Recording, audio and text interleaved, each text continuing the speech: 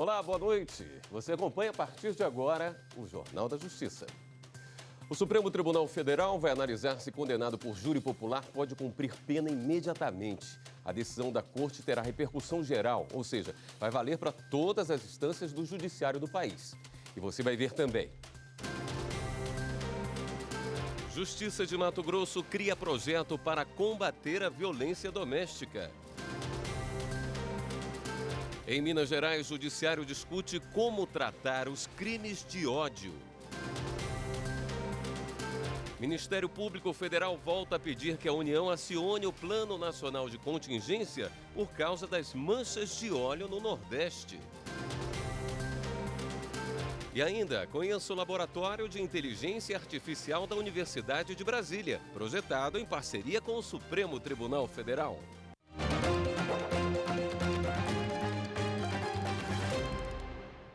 Vender animais de estimação não é ilegal. Mas se você quer comprar um, é preciso tomar alguns cuidados. Muitos desses locais fazem parte de um comércio clandestino.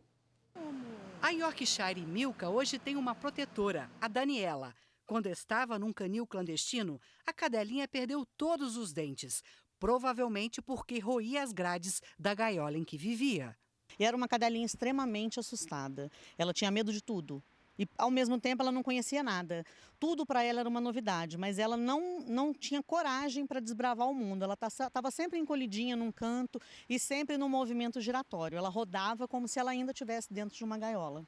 Milka era uma das reprodutoras deste canil em Taguatinga, no Distrito Federal. Ela e outros 31 animais foram resgatados pela polícia depois de uma denúncia anônima. Os cães se amontoavam nas gaiolas apertadas, viviam em más condições de higiene. O canil foi fechado e a proprietária condenada a 3 meses de detenção em regime aberto e a pagar uma multa em torno de R$300. Segundo esta advogada, as penas para quem comete maus tratos contra animais precisam ser mais severas. Nós temos vários projetos de lei em andamento na Câmara para aumento das penas e nós esperamos contar com a acessibilidade dos parlamentares para poder aumentar e assim a gente de fato ter alguma punição, tanto pecuniária como de pena restritiva de direito para os agressores de animais. No país não existe uma regulamentação federal sobre a criação comercial de animais de estimação. As normas variam de estado para estado. Este canil aqui em Ceilândia, no Distrito Federal, tem que seguir uma série de exigências para funcionar de forma legal. O cão ele precisa de espaço, ele precisa de tomar sol, ele não pode ficar em gaiola, em cubículos. Então a gente se preocupa com toda essa questão estrutural para poder dar qualidade de vida para um animal. Os cães vivem em boxes com mais de 7 metros quadrados e têm bastante espaço ao ar livre. Chicó adora brincar na água. Vem, Chicó! Vem! Ei! Além do bem-estar, o canil legalizado pode garantir a saúde do animal. Por isso, a Polícia Ambiental dá alguns conselhos ao consumidor. Verificar se realmente o ambiente oportuniza aquele animal ser proveniente de bons tratos animais. Segunda situação, verificar a situação documental. Se existe o devido registro junto à junta comercial, regularizando aquele estabelecimento. Se existe a efetiva fiscalização do Conselho Regional de Medicina e verificar outros detalhes como cartão de vacinação do animal. O Ministério Público Federal apresentou um recurso junto à Justiça Federal pedindo que seja acionado o Plano Nacional de Contingência para tratar das manchas de óleo que chegaram ao litoral do Nordeste. No dia 18 de outubro, o Ministério Público já havia feito o pedido, mas a decisão foi desfavorável. Agora, o órgão apresenta 10 pontos do plano para que os procuradores não foram cumpridos. O recurso reforça o pedido para que, em 24 horas, a União seja obrigada a acionar o plano sob pena de multa diária de R$1 milhão em caso de descumprimento. Os ministros do Supremo vão analisar se é possível a prisão imediata do réu antes que sejam esgotados todos os recursos nos casos em que há condenação do Tribunal do Júri. Por meio do plenário virtual, os ministros entenderam que, por causa da relevância do assunto, o Supremo precisa se posicionar diante da questão. A soberania do júri permite a imediata execução da pena imposta pelo Conselho de Sentença? Há diversas interpretações. Um recurso apresentado pelo Ministério Público de Santa Catarina questiona o entendimento do Superior Tribunal de Justiça, num caso de feminicídio duplamente qualificado. Para o STJ, a prisão após a decisão do júri não deve ser automática. A ex-delegada Marta Vargas respondeu processo administrativo por atos praticados durante a investigação do caso que ficou conhecido como crime da 113 Sul, o triplo homicídio do ex-ministro do TSE, José Guilherme Vilela, da esposa dele e da empregada da família. A ex-delegada foi condenada a 16 anos de prisão por fraude processual, falsidade ideológica, tortura e violação de sigilo funcional. Marta Vargas respondeu também a processo administrativo que concluiu pela demissão dela e, por isso, teve a aposentadoria cassada. A defesa recorreu ao Superior Tribunal de Justiça, mas os ministros confirmaram a retirada do benefício. A Justiça do Rio condenou uma empresa de videogame por dano moral a um usuário que foi banido de um jogo sob a alegação de que ficou mais tempo online do que era permitido pelas regras. A decisão é inédita no judiciário brasileiro. O magistrado entendeu que a empresa não conseguiu provar a ilegalidade e o banimento causou prejuízo à imagem virtual do jogador diante dos outros competidores. Por isso, a administradora vai ter que aceitar ele de volta, com toda a pontuação que ele já havia conseguido, além de pagar indenização. E você pode participar do Jornal da Justiça? Mande sua sugestão para o nosso WhatsApp. Anote aí o número 61992606116. E a seguir, veja como funciona o Laboratório de Inteligência Artificial da Universidade de Brasília. A estrutura foi projetada em parceria com o Supremo Tribunal Federal. Fique com a gente. Voltamos em instantes. Justiça, para mim, é o direito onde tem que ser concebido para todos. Tem que ser iguais, né, perante a lei.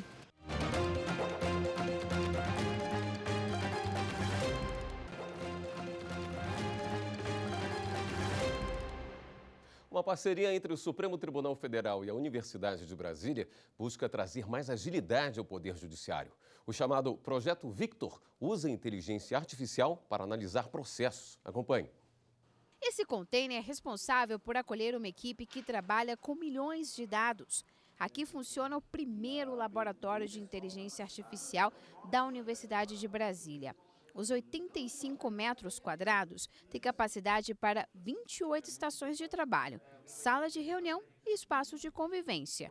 E esse pessoal cuida de uma das iniciativas mais inovadoras do Poder Judiciário, o Projeto Victor. Hoje o Supremo Tribunal Federal tem um pouco mais de 1000 temas diferentes de repercussão geral. O Victor visa, chegado um processo nessa Suprema Corte, analisar esse processo, ver o conteúdo desse processo e relacionar esse processo a quais temas de repercussão geral ele pertence. Ou, eventualmente, dizer que ele não se relaciona com nenhuma repercussão geral. Além de 5 professores, outros 16 alunos dos cursos de Engenharia de Software e Direito cuidam diretamente da ferramenta, que já está em operação no ambiente virtual do STF. Significa que é um avanço para o Brasil como um todo, né? Eles investiram em tecnologia, principalmente para essa área jurídica, que é uma área que ainda tem muito gargalo aqui no Brasil. É muito gratificante a gente poder ver alguma coisa que a gente trabalhou, que a gente desenvolveu, gerando resultado, tanto dentro da universidade quanto para a população em geral, né? Na prática, o programa permite que um documento seja lido em apenas segundos, o que no dia a dia um servidor levaria em média 10 minutos para fazer o mesmo. Normalmente, a análise de cada processo que chega ao Supremo costuma envolver pelo menos 30 profissionais.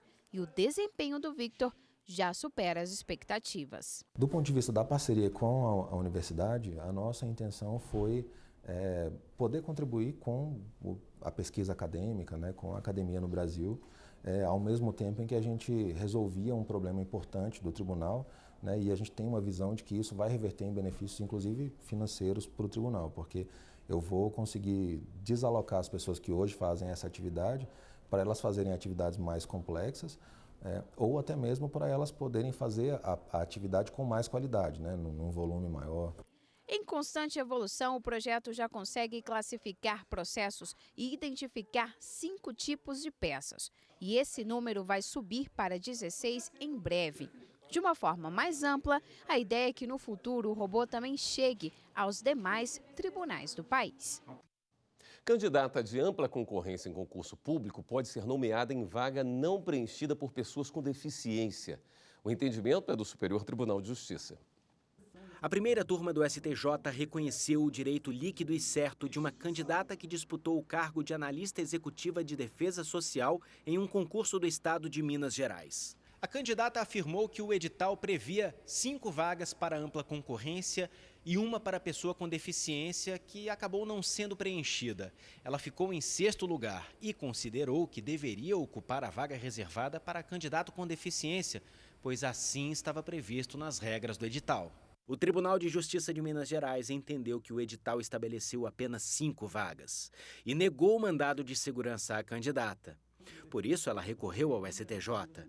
O relator, ministro Sérgio Cuquina, afirmou que ficou comprovado no processo que ninguém foi aprovado para a vaga de pessoa com deficiência e que o preenchimento por candidato da ampla concorrência estava expressamente previsto no edital do concurso. A concessionária Lanza vai voltar a cobrar pedágio na linha amarela. A Via Expressa liga a Ilha do Fundão, na zona norte do Rio de Janeiro, à Barra da Tijuca, na zona oeste.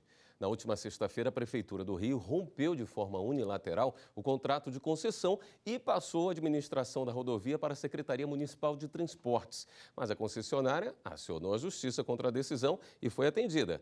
A juíza Lívia Bechara determinou ainda a interrupção da destruição da praça de pedágio, que havia sido ordenada pela Prefeitura. Caso já estejam demolidas, a Prefeitura deverá pagar R$100 mil por dia que a Lanza não puder cobrar pedágio. O prefeito do Rio, Marcelo Crivella, informou que vai recorrer da decisão. Os crimes de ódio vêm ocorrendo com frequência na internet. Veja agora os desafios encontrados para combater esse tipo de prática. Alguns de nós acessam a internet para coisas do cotidiano. Outros acessam para uma atividade nada inofensiva: a propagação de discursos de ódio. Esses discursos podem significar os primeiros passos para a prática de crimes. Um evento recente, que parece ter motivação no preconceito, é a tragédia de Suzano. 2 jovens armados entraram atirando em uma escola, matando 7 pessoas. Há indícios de que o ataque foi arquitetado na internet, mais especificamente em grupos de debates secretos. São tópicos que eles vão discutindo infinitamente sobre determinadas coisas. E os discursos são bem pesados mesmo. Discurso de ódio. O crime de ódio é aquele praticado contra pessoas, motivado pelo fato de a vítima pertencer a determinada raça, etnia, cor, origem territorial, sexo, identidade de gênero, religião, ideologia ou condição social, física ou mental. É mais que um crime individual. Atenta contra toda a sociedade. Na maioria das vezes, essas conversas não ficam expostas ao grande público. Acontecem em um ambiente secreto, de difícil acesso, na chamada Dark Web. A internet se divide em camadas. É como um iceberg. A parte de fora da água, que podemos ver facilmente, é a Surface Web, a superfície. Nela estão os endereços que acessamos no dia a dia. Mais abaixo está tudo o que é protegido com login e senha ou que não pode ser encontrado através de buscadores como o Google, como, por exemplo, uma página fechada do Facebook. Esta é a Deep Web. E aí vem a Dark Web. Nela estão hospedados conteúdos muito difíceis de rastrear, com diversas camadas de encriptação.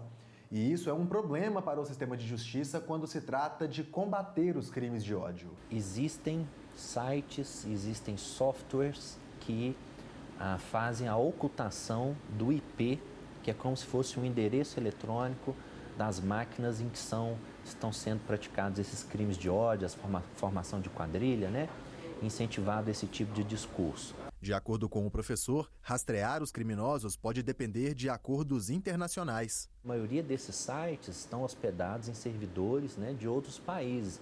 Então as autoridades brasileiras muitas vezes não conseguem chegar né, até a identificação da autoria desses crimes, justamente por não ter acesso a esses dados que são negados, né, por esses outros países.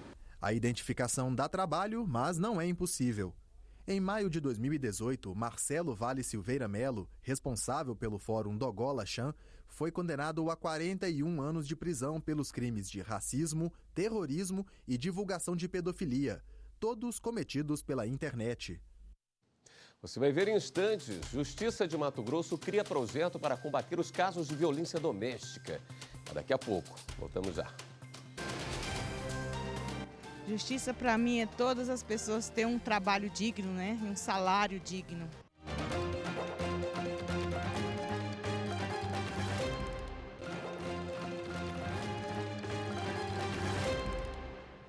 Há pouco, a Força-Tarefa da Operação Lava Jato no Paraná denunciou Célio da Rocha Matos Neto. De acordo com o Ministério Público Federal, ele era o gerente de transações internacionais do grupo comandado pela doleira Nelma Kodama.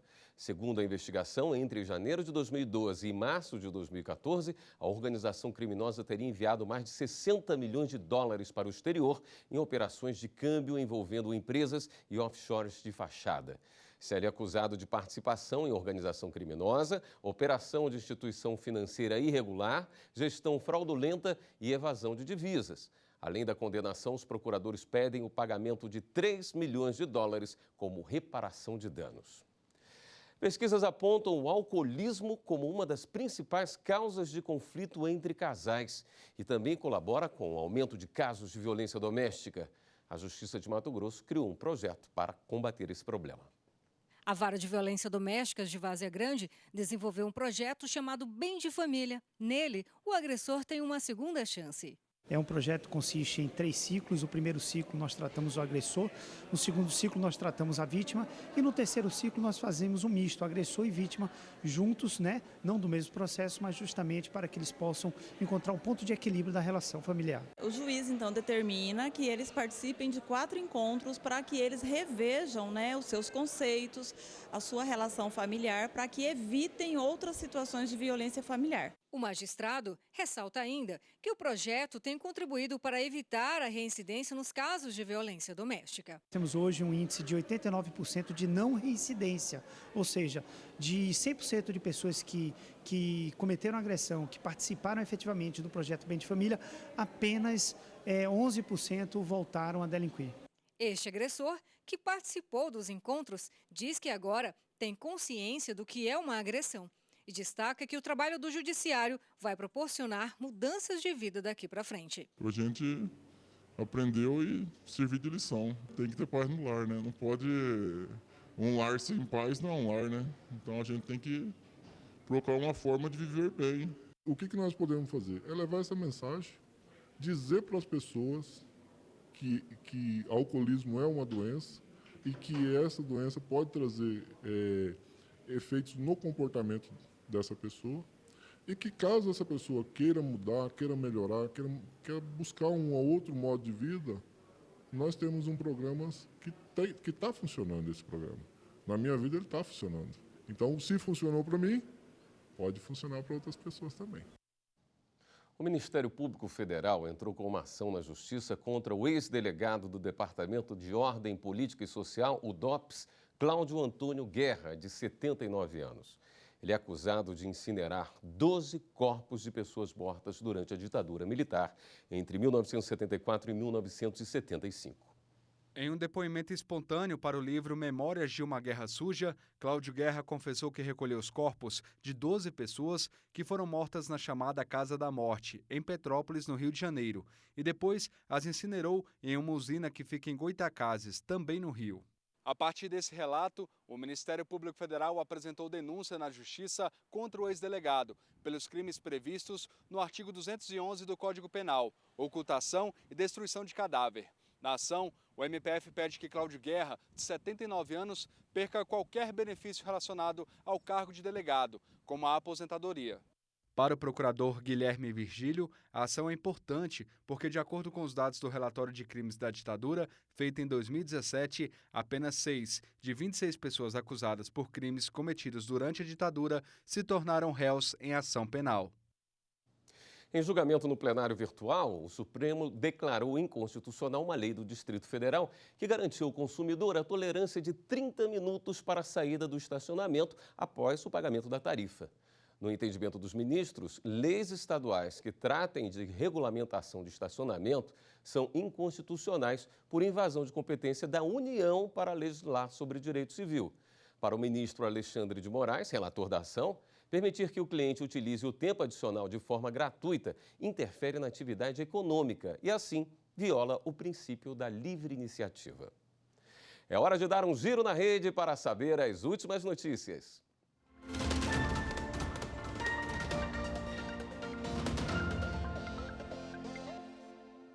Vamos até a redação do Jornal da Justiça falar com a repórter Carla Lucena, que tem as informações. Oi, Carla, boa noite. Oi, William, boa noite a você, boa noite a todos que acompanham o Jornal da Justiça. Vamos então ao giro de hoje. O Partido Democrático Trabalhista entrou com uma ação no Supremo Tribunal Federal contra 2 leis federais que tratam do Programa Nacional de Desestatização. O PDT quer impedir a privatização de 6 empresas públicas, entre elas a Casa da Moeda, a Empresa de Tecnologia e Informações da Previdência Social, a Dataprev, e o Serviço de Processamento de Dados, o SERPRO. O partido alega que o Congresso deve aprovar lei para privatizar essas empresas. A relatora no Supremo é a ministra Carmen Lúcia. Vamos a outra notícia. Raimundo da Silva Gomes, ex-secretário do deputado federal Silas Câmara, foi condenado a 4 anos e 5 meses pela Justiça pelo crime conhecido como rachadinha, o que na prática é a devolução de parte dos salários dos funcionários do gabinete ao parlamentar. O deputado Silas responde por esse mesmo delito no Supremo por ter foro privilegiado. O caso envolve 18 funcionários comissionados que tinham parte ou salário todo recolhido pelo ex-secretário. E olha só, um juiz da 13ª Vara Federal de Curitiba decidiu excluir de uma ação penal contra Renato Duque 5 depósitos que seriam origem de lavagem de dinheiro. O juiz entendeu que houve, no caso, litispendência, ou seja, que Duque estaria sendo acusado em 2 ações penais pelos mesmos crimes. Ele já tinha sido condenado a 3 anos e 6 meses de prisão e agora o juiz decidiu juntar os processos para verificar se 2 depósitos apontados pelo Ministério Público têm referência com os outros. E a Justiça Federal de São Paulo marcou para amanhã a audiência de conciliação entre o Corinthians e a Caixa Econômica Federal. Essa é uma audiência sobre o processo que o banco pede a execução da dívida do estádio do clube, construído para a abertura da Copa do Mundo de 2014. Segundo a Caixa, o clube não pagou as parcelas do financiamento e cobra um valor de 536 milhões pela dívida, incluindo juros e multa. Mas o clube alega que o valor é de 470 milhões de reais. E você aí de casa, já segue o nosso canal no YouTube? Então acessa lá, é TV Justiça Oficial. É possível rever as nossas reportagens e também os programas aqui da TV Justiça. Eu fico por aqui e agora vai com você, William. Obrigado pelas informações, Carla. O Jornal da Justiça termina aqui. Obrigado pela sua companhia. E a gente reforça o convite. Mande sua sugestão de reportagem para o nosso WhatsApp, 61992606116. Uma ótima noite para você e até amanhã.